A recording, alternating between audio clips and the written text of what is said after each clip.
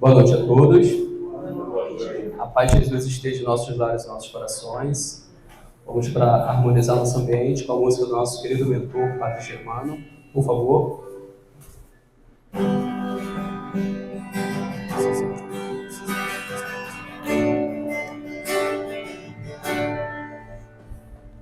Padre Germano, olhai por nós, dá-nos a bênção do Senhor. Padre Germano, olhai por nós, mostre-nos o caminho do amor. Espírito simples, mas superior, sempre pronto para nos amparar. Espírito vivo e fundamental, Padre, seu amor é imortal. Nosso ser abre é uma dádiva de luz, de caridade, sempre em nome de Jesus. Padre Germano, nosso mentor, fonte de ternura e de amor. Padre Germano, nosso mentor, fonte de ternura e de amor. Oh, oh, oh, amém.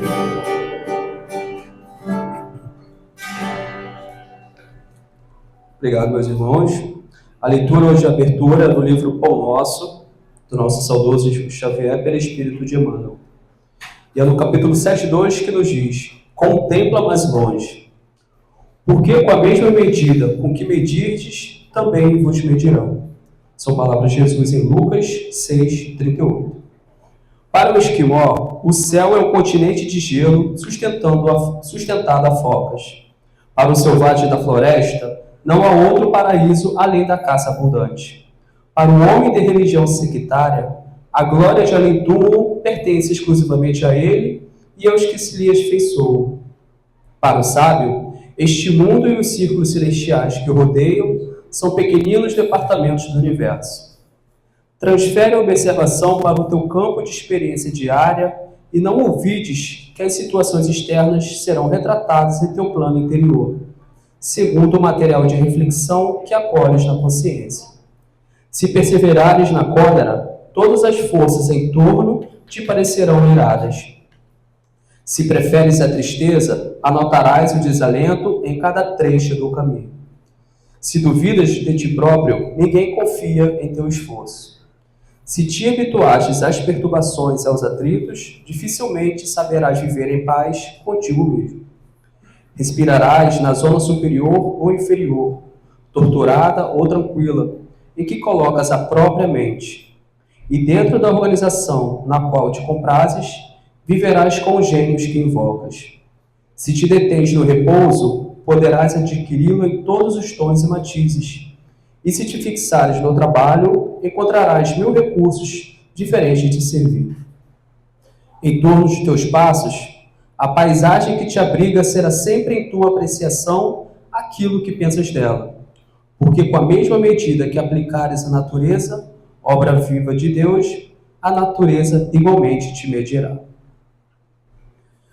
Bem, irmãos, agora lancemos os nossos pensamentos ao alto, mentalizando Jesus em nossos corações, mentalizando a nossa força interna que nós temos a cada um de nós, que é a presença de Deus, para que possamos estar atentos, abertos, a poder ouvir atentamente os ensinamentos da palavra de hoje e sejamos gratos a Deus por estarmos reunidos mais um dia em Teu nome, para que possamos estar reunidos e juntos, felizes e alegres, perseverantes na caminhada de cada dia, pedindo a Deus que nos sustente em nossas fraquezas, que nos sustente em nossos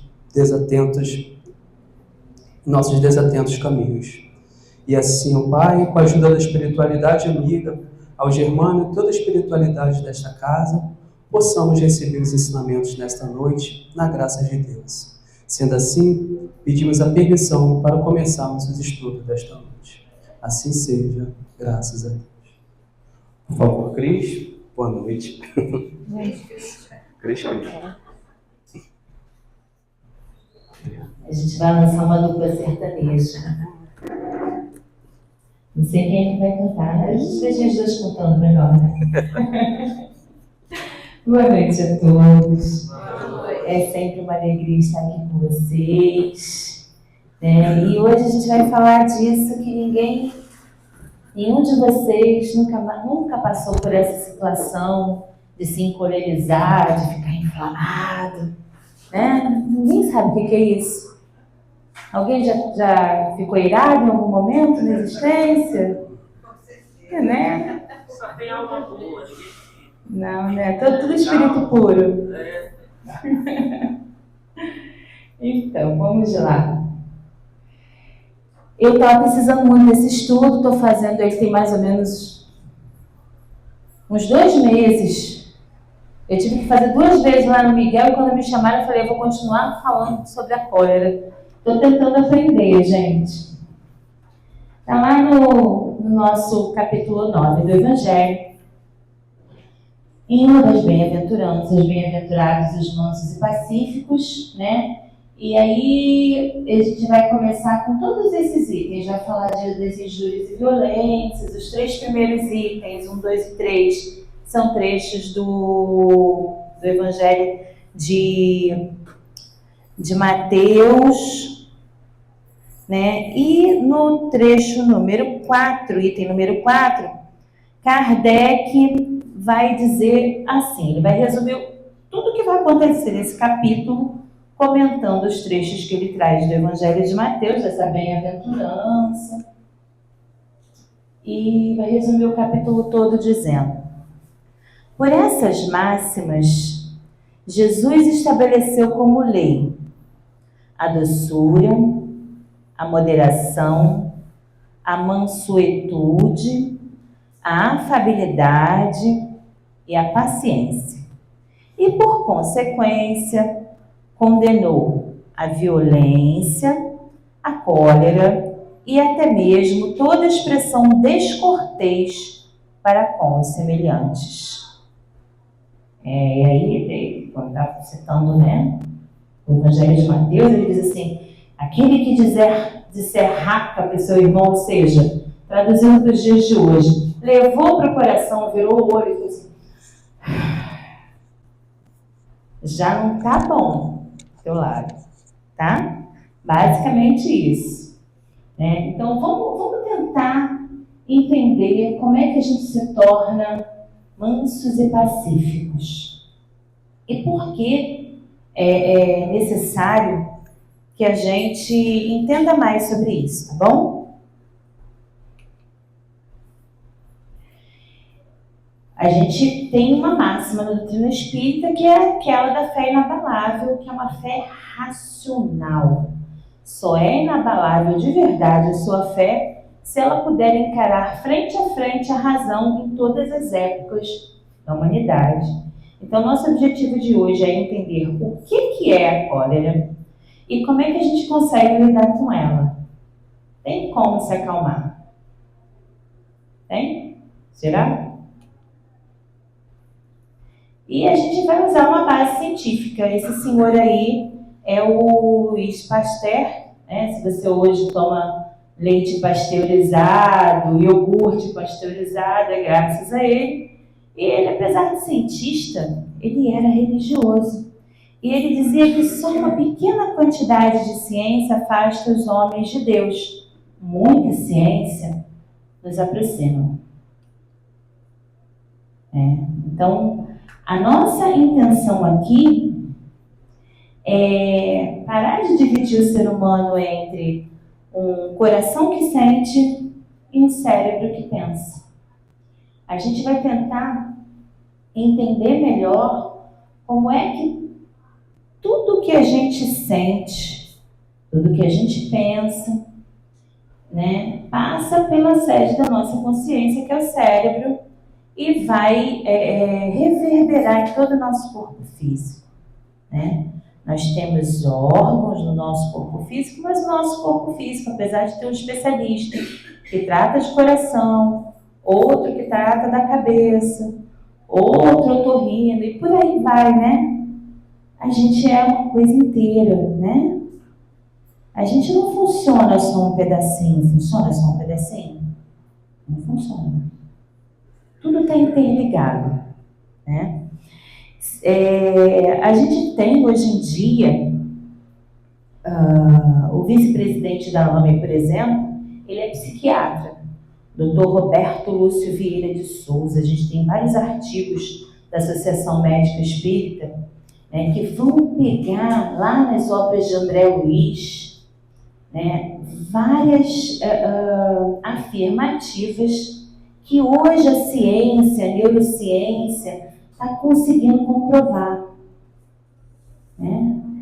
E em uma matéria do Roberto Lúcio, ele destaca alguns trechos do livro No Mundo Maior, onde vai falar exatamente do funcionamento do cérebro. Vocês estão vendo que esse cérebro está colorido em 3 pedaços, E existe toda uma teoria que fala desse cérebro triuno, desse cérebro em 3 partes. E diz assim: no mundo maior, é necessário lembrar que uma divisão do aparelho psíquico em 3 grandes áreas já estava também presente nos textos de Freud, o grande estudioso e criador da psicanálise. A neurociência vem nos últimos anos avançando suas pesquisas na compreensão de certos aspectos da vida psíquica, clareando certas colocações freudianas. Além de explicar o processo evolutivo no aspecto prático, auxilia na identificação das posturas do espírito em sua caminhada e quais são os elementos psíquicos que precisam ser acionados para a nossa melhoria espiritual. E lá na obra No Mundo Maior, de André Luiz, ele relata o seguinte: no sistema nervoso temos o cérebro inicial, repositório dos movimentos instintivos, sede das atividades subconscientes. Figuremo-lo como sendo o porão da individualidade, onde arquivamos todas as experiências e registramos os menores fatos da vida. Então, ele está falando aí dessa parte em cinza, que seguiria esse cérebro primordial. Na região do córtex motor, ou sistema límbico, essa zona intermediária, entre os lóbulos frontais e os nervos, temos o cérebro desenvolvido, consubstanciando as energias motoras de que se serve a nossa mente para as manifestações imprescindíveis no atual momento evolutivo do nosso modo de ser. Nos planos dos lobos frontais, ou seja, nessa parte azul, que pega a frente aqui e a parte de cima, silenciosos ainda para a investigação científica do mundo, à época de André Luiz, jazem materiais de ordem sublime que conquistaremos gradualmente no esforço de ascensão, representando a parte mais nobre de nosso organismo divino em evolução. É muito legal, porque a partir da neurociência, quando eles colocam lá os exames de imagem, eles percebem que quando a gente entra em prece, essa parte azulzinha do cérebro, toda ela se acende. Então, quais são as funções superiores do cérebro?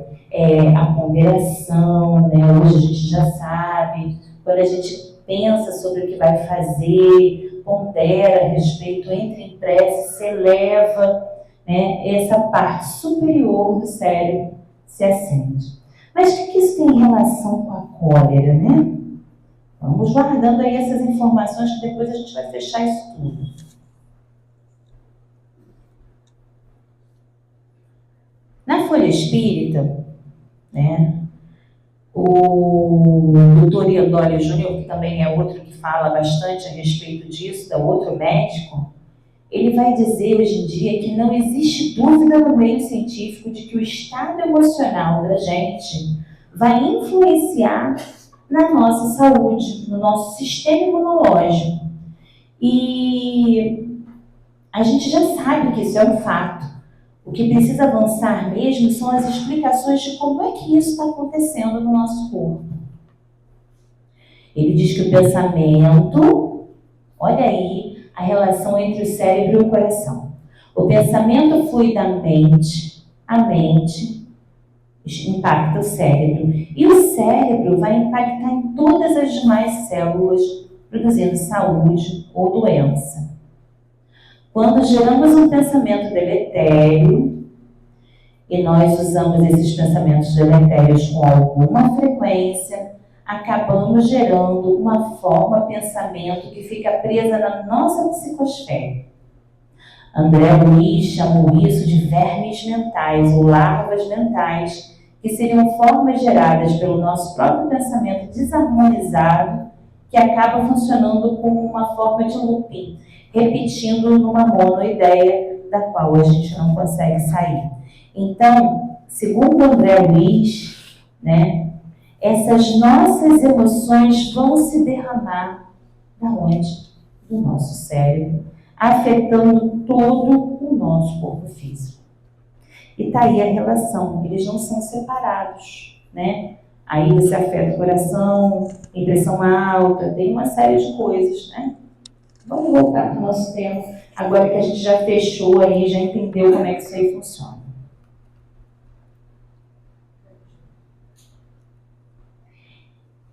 Eu gosto de história infantil, tá? Usamos umas referências muito sérias, agora vamos para umas referências mais perto da nossa vivência. Essa daí é a Fada Sininho. A Fada Sininho, ela tá lá no meio da história do Peter Pan e ela tem muito ciúme do Peter Pan com a Wendy. Ela tem tanto ciúme que ela fica empolerizada. E o Peter Pan explica para a Wendy o seguinte, olha só, ela é muito pequenininha, então só cabe uma emoção de cada vez. E durante muito tempo a gente pensou que era assim, né?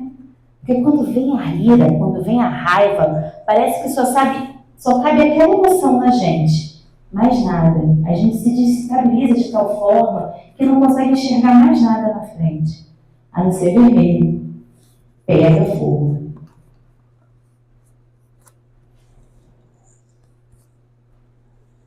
E aí, no Evangelho segundo o Espiritismo, que a gente falou, que a gente está no capítulo 9, tem 2 itens que falam da cólera.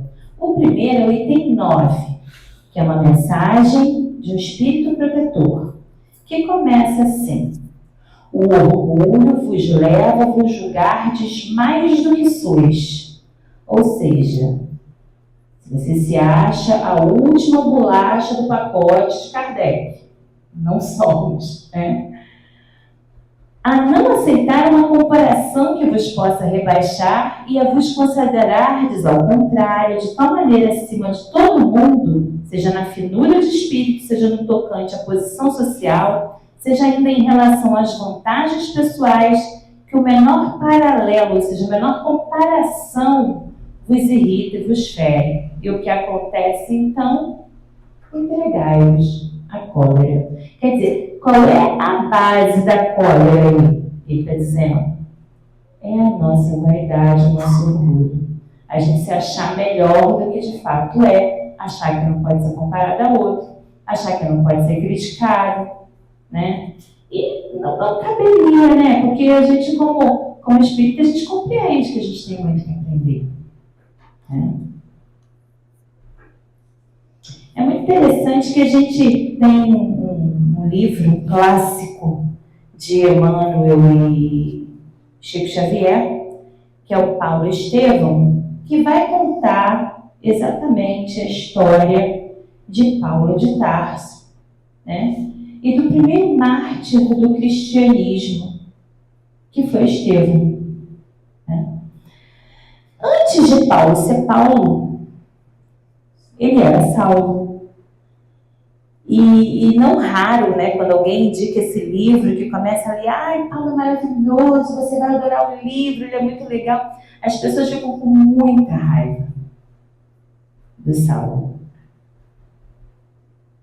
Não é um cara legal.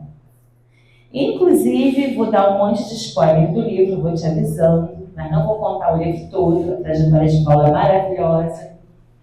Mas ele era um cara muito irritado quando Saulo de Tarso. E adivinha quem foi que viu ele, que irritou tanto ele ao ponto de ser apedrejado? O próprio Estevão, né? Ele tinha um mentor, né, Saulo, judeu, doutor da lei, tinha um mentor chamado Gamaliel. E ele debate com Gamaliel porque quer que Estevão seja apedrejado, porque ele tem que ir às vias de fato. Ele vai libertar até alguns, mas Estevão não, porque Estevão, lembra do que estava falando do Evangelho? Estevão bateu de frente com ele. Em dado momento, ele diz assim para Gamaliel: eu não vejo outro recurso. Nós precisamos extirpar pela raiz esses males. Acredito que se a gente encarar esse movimento aí com tolerância, o prestígio do judaísmo vai ser abalado. Eu não estou habituado que transgridam os meus conceitos, as minhas decisões. A minha vontade sempre foi inflexível nesse ponto. E aí Gamaliel tenta, né, falar, mas você já leu o Evangelho do Nazareno? Você viu alguma coisa a respeito? E ele, mas será possível, Gamaliel?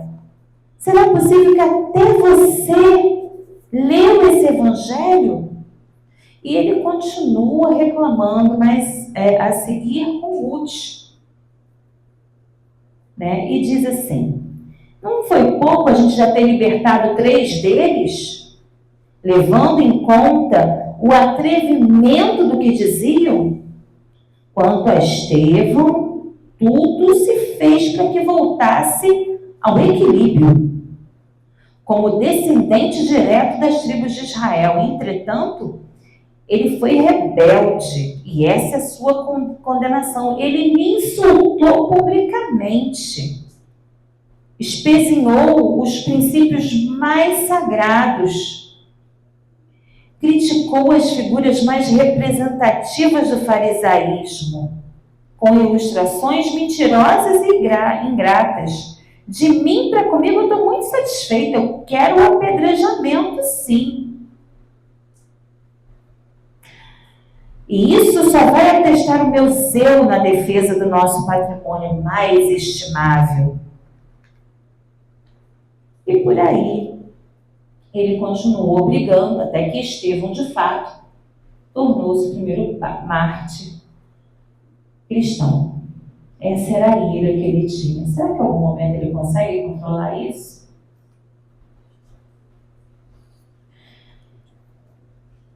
A gente se preocupa porque a gente quer ser melhor, né?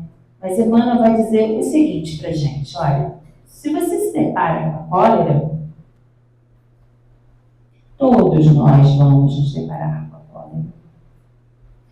Todas as criaturas encarnadas e desencarnadas em evolução na Terra estamos ainda sujeitos a essa calamidade do mundo íntimo. Razão pela qual, toda vez que a gente se sente ameaçado, seja por irritação ou azedume, é prudente que a gente se recolha a um recanto pacífico a fim de refletir nas necessidades dos outros, ou seja, de olhar para fora e de lavar os pensamentos nas fontes da oração.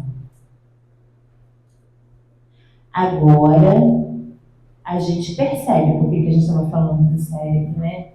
Qual é a região superior do cérebro? Quando a gente para exatamente para fazer prece, para se elevar, né? A gente está usando as nossas potências mais sublimes e a gente de fato se eleva para poder se acalmar.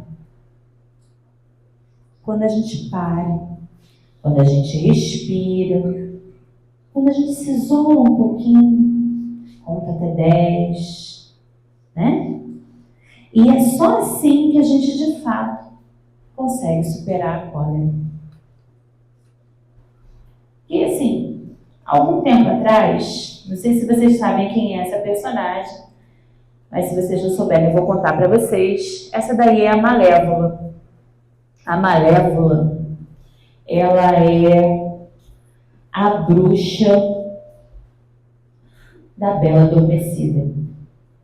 Quando eu era criança, a história era que a Malévola, irada, porque não tinha sido convidada para o batizado, fez uma maldição e acabou com a vida da menina. Por essa maldição, ela dormiria 100 anos e tudo mais. E ela não tinha redenção. Só que, assim como a doutrina espírita é evolutiva, a nossa visão de mundo vai se aprimorando cada vez mais. Até que, anos 2000, essa é a Malévola. Né? Mudou um pouquinho. O que ela mudou? Quando vocês forem ver a história do filme, se aqui vocês ainda não viram, não é só que ela tá linda de Angelina Jolie, não. Né? É que ela tinha uma razão para ser uma pessoa irada. Ela passou por questões muito sérias. Ela foi muito machucada. Né? Só que ela também carregava dentro dela, quem viu o filme não vai ficar tão chateada, mas eu vou contar o final do filme, sinto muito. Ela traz um amor verdadeiro por aquela menina, ela desenvolve um amor verdadeiro. Né? Então, assim, ninguém é tão mal que não tenha salvação, ninguém é tão errado que não possa se modificar e desenvolver bons sentimentos dentro de si. É isso que a gente está aprendendo com o tempo. Né? E é essa mensagem que esse filme traz. Porque antes a gente acreditava que tinha só dois lados, né? Preto e branco. Ou é um anjo, ou é um demônio. E a gente falava muito assim, ó, ou é pecado, ou é virtude. E pronto, né? Existem os pecados capitais e existem as virtudes cardeais, ou seja, que nos orientam para o bem. Hoje em dia, a gente prefere pensar como espírita e vai aprofundando essa visão, isso é uma ousadia minha, assim, mas assim, com base, né, em algo que vocês vão entender se a gente começar a explicar, nos critérios da perfeição do homem de bem mesmo, né, que promovem equilíbrio. Então, você tem lá, eu não vou chamar de virtudes cardeais, eu vou chamar de caracteres da perfeição, porque eu estou falando do Evangelho segundo o Espiritismo, da doutrina espírita.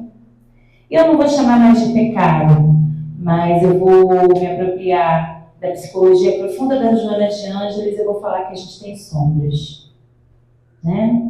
São aquelas coisas que a gente não quer ver, mas que ainda estão aqui, mas o que a gente quer buscar é o equilíbrio. Então, se o caractere é a humildade, de um lado eu tenho orgulho, do outro lado eu tenho aquela indignidade, que é tipo uma culpa, assim, porque não é humilde, ele acha que, na verdade, ele também não é orgulhoso, mas ele se sente tão mal consigo mesmo, que ele não acha que é digno de nada, de ser visto, de melhorar, de algo bom. Isso também não é legal.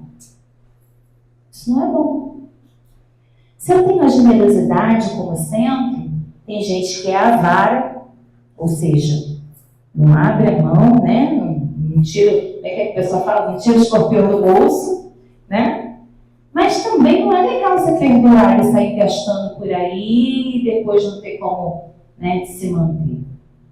Se eu tenho a caridade que me orienta para o bem, né, tem gente que tem inveja dos outros, isso seria uma sombra, mas também não ter interesse por nada nem por ninguém, não é bom, também é uma sombra. Né?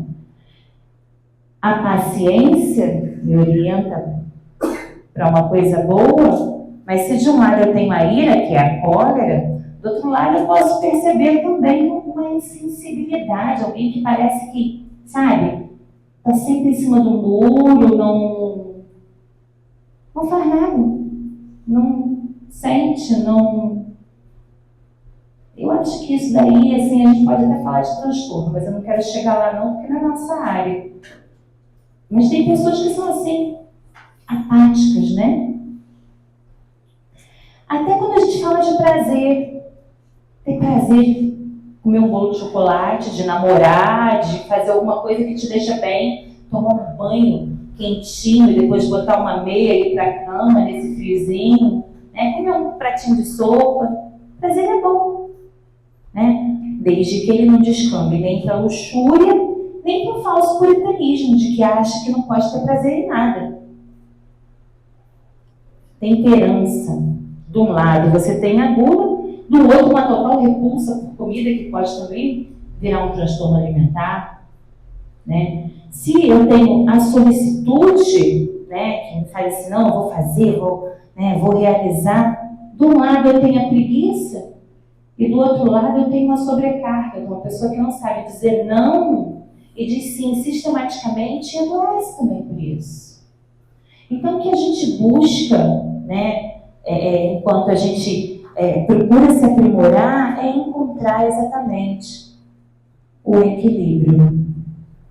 E a gente precisa prestar atenção para ver se a gente não cai na sombra, tanto para um lado quanto para o outro. E aí a gente vai falar, basicamente, o que é emoção. Se você jogar lá no Google, ele vai te responder que as emoções são reações imediatas e intensas a estímulos, enquanto os sentimentos são as construções mentais que resultam da nossa interpretação e reflexão sobre as emoções. Olha, gente, eu não gravo praticamente nada. Questão não sei quanto do livro dos espíritos, não sei dizer para vocês de cabeça. Mas eu sei uma coisa para você. Lá na lei de amor, Lázaro vai dizer, lembra das 3 partes do cérebro? Ele vai dizer que enquanto simples e ignorantes, nós só temos instintos. Primeira parte lá, estamos no porão. Um pouco mais educados, nós passamos a ter emoções. A gente sente prazer, alegria e tal. Mas é quando a gente se eleva que a gente passa a ter verdadeiramente sentimento. Então, o sentimento é esse suprassumo, é esse elaborado daquilo que eu sinto. Eu não reajo automaticamente, eu vou agir ou eu vou reagir com base numa reflexão. Então, tem que encontrar um jeitinho aí de fazer uma pausa, né? Eu estou um pouquinho preocupada com a hora, vou tentar chegar até o final, mas não dá para fazer sem citar uns exemplos, né? Que fica mais vivo.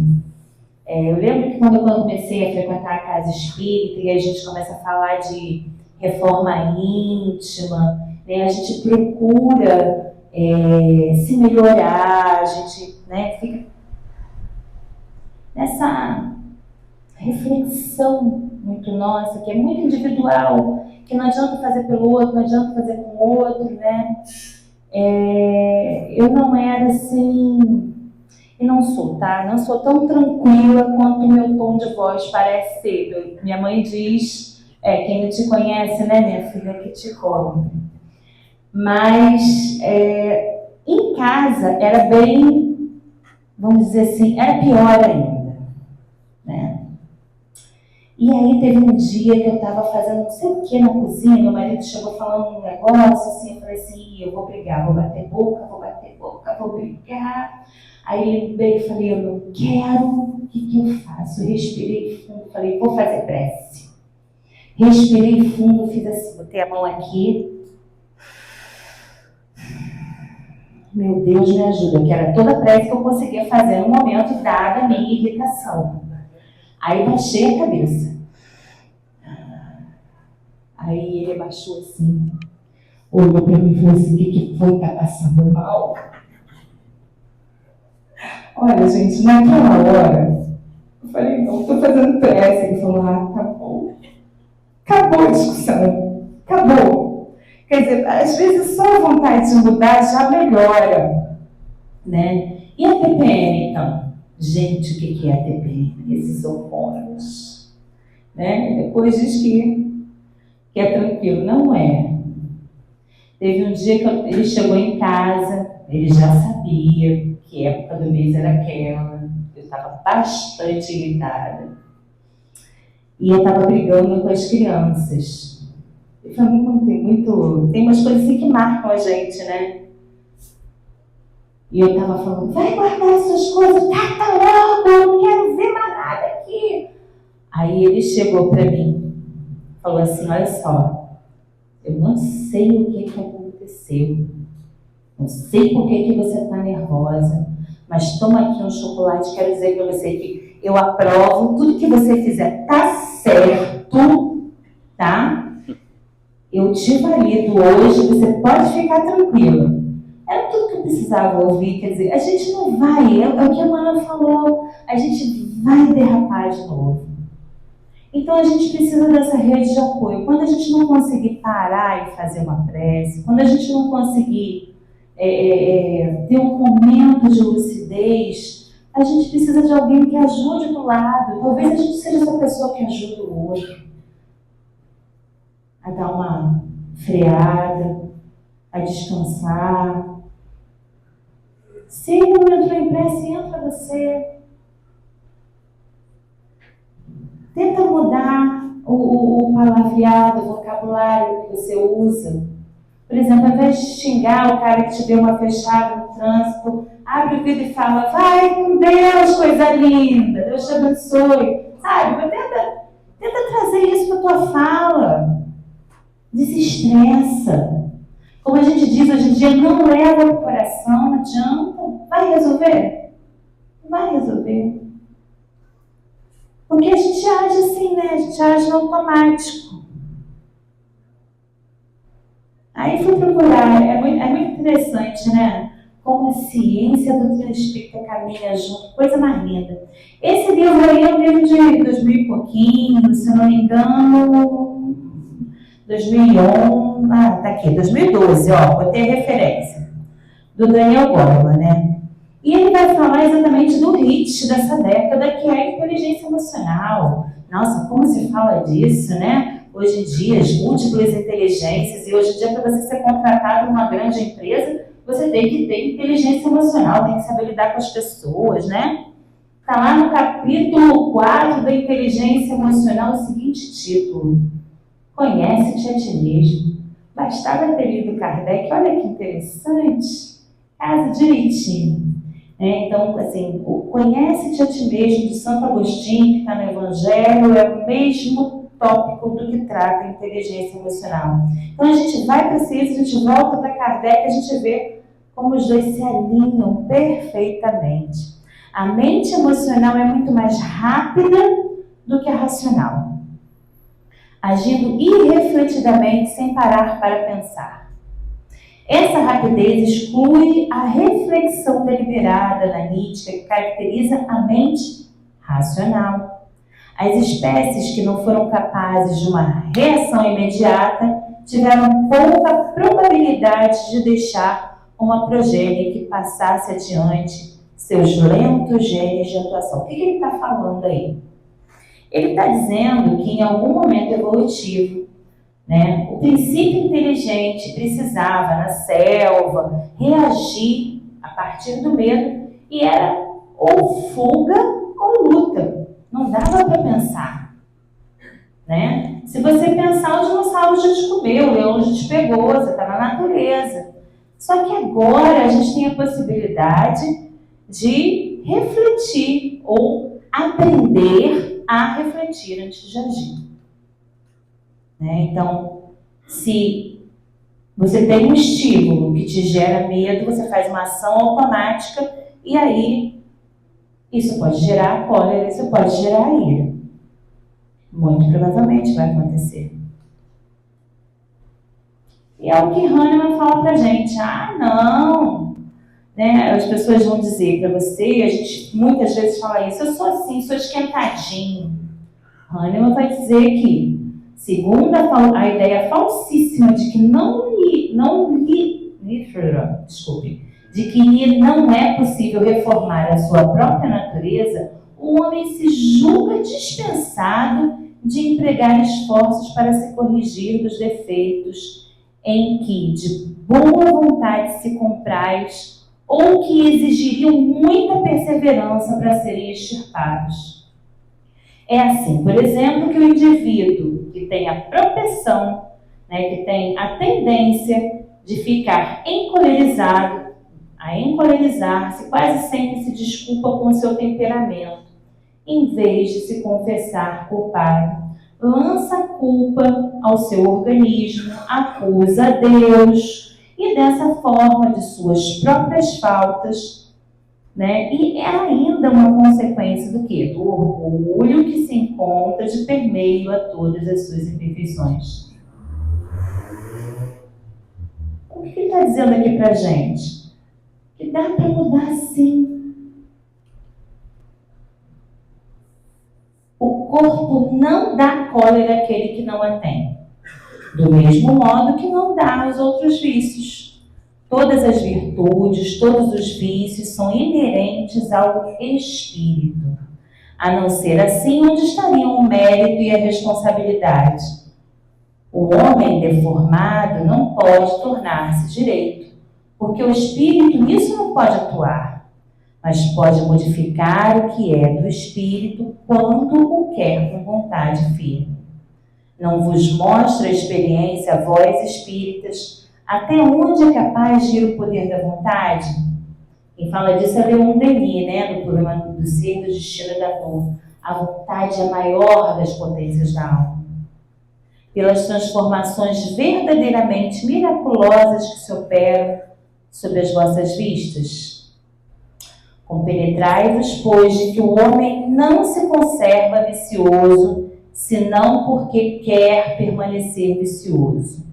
De que aquele que queira corrigir-se, sempre pode. De outro modo, não existiria para o homem a lei do progresso. E a base da doutrina espírita, ela é progressista. Então, não dá para agir sem pensar. A gente vai continuar nessa relação? Me aborreceu, me deu uma fechada, eu ajo sem pensar. E aí, quando eu vejo, já foi. A gente vai falar, então, de um beabá, de uma alfabetização emocional. Como é que eu conserto isso? A aprendizagem é baseada no autoconhecimento. Ou seja, conhece-te a ti mesmo.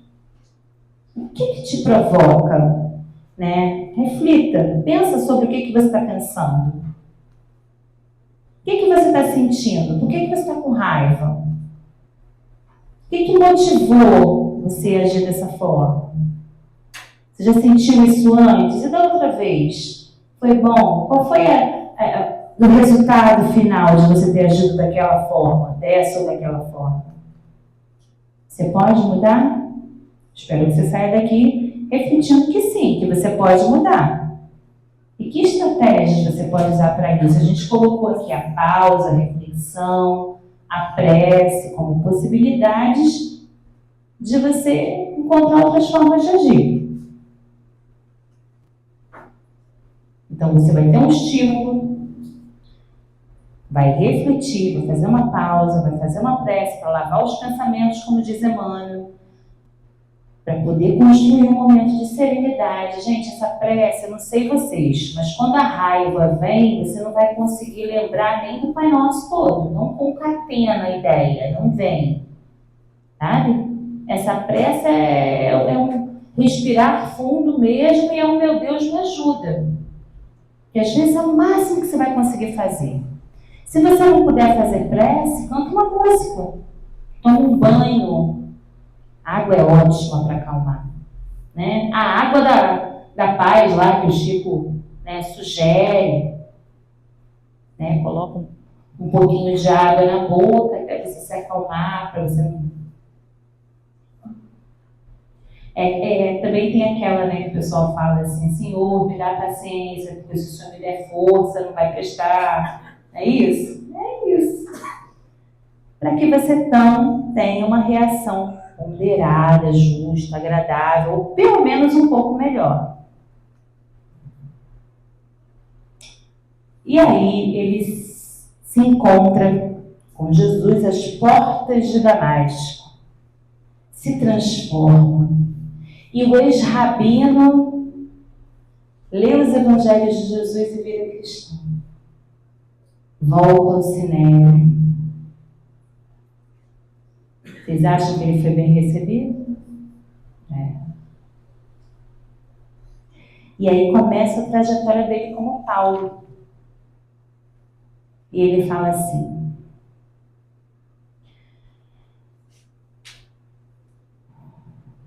quis falar novamente, exigir a palavra, obrigar os companheiros a ouvir-me, mas sentia-me presa de emoções incoercíveis que me firmavam os ímpetos explosivos.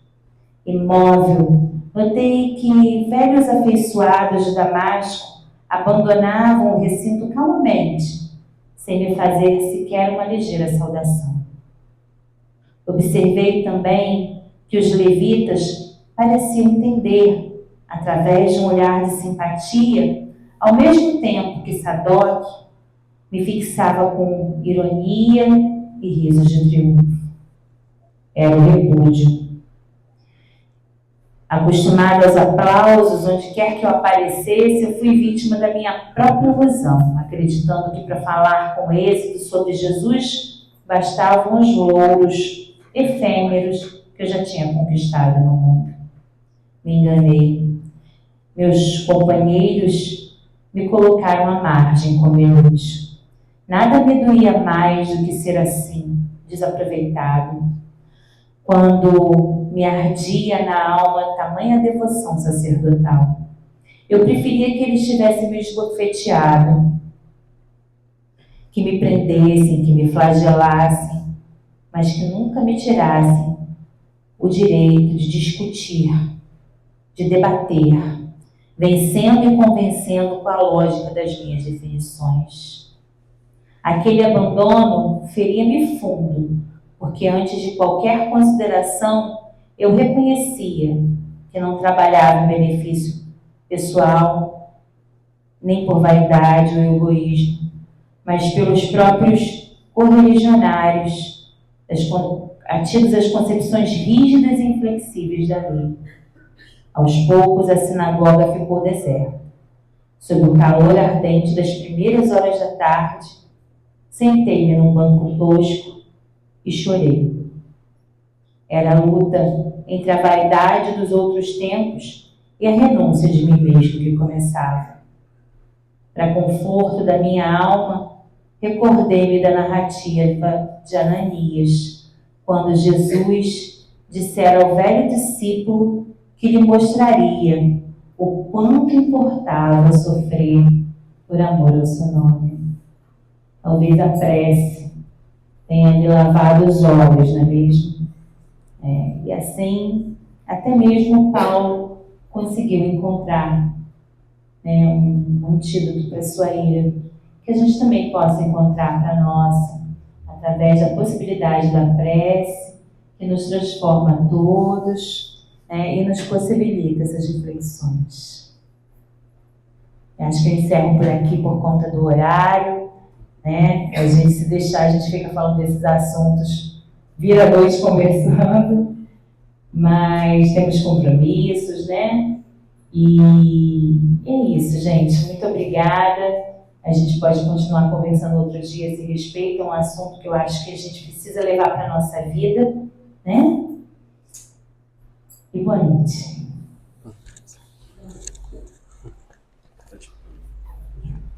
Obrigado, Cris, por partilhar os ensinamentos. E uma dica que eu levo para mim, não sei se possa ser útil para mais alguém, no momento de ira, de cólera, pensa assim, quanta luz! Quanta luz! Já que no momento dá para a gente fazer uma prece, mas a gente lembra quanta luz, automaticamente o pensamento vem para cá e a gente respira fundo. Seja no trânsito, no dia a dia, fica a dica aí, vamos ver se mais alguém consegue. É um desafio diário, mas a gente vai dar junto. Aos nossos irmãos da rede social, por favor, compartilhem, curtam o nosso vídeo e não deixem de apoiar a nossa querida rádio de Rio de Janeiro, 1400 AM, baixando o aplicativo da rádio também, divulgando o estudo que nós temos todos os dias. Boa noite a todos.